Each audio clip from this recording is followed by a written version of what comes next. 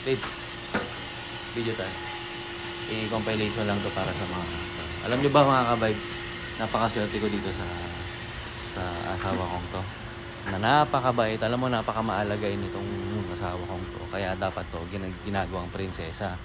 Ngayon, sa sobrang swerte ko sa kanya, lahat na lang ng gusto ko, binibigay niya. Lahat, pagpagod ka, alam mo yon. Kaya dapat, hindi natin sila pinapabayaan. Dito ka, baka maano ka dyan. O, titignan mo, baka makatap ka ng tayo dyan. Ayan. Napakabait itong asawa ko. Mampo na. Oo.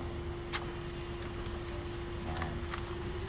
Pero alam nyo ba guys, pusang gala, hindi pa natatapos yung alam mo, kala ko bagong taon na pala, hindi pa rin nagbabago hanggang ngayon, ganun pa rin yung ano niya, yung ugali niya. Nakakasawa kaya yung ganun, araw-araw bubunga ng ganyan, ay tangay na, kung pwede magbigti na lang, no.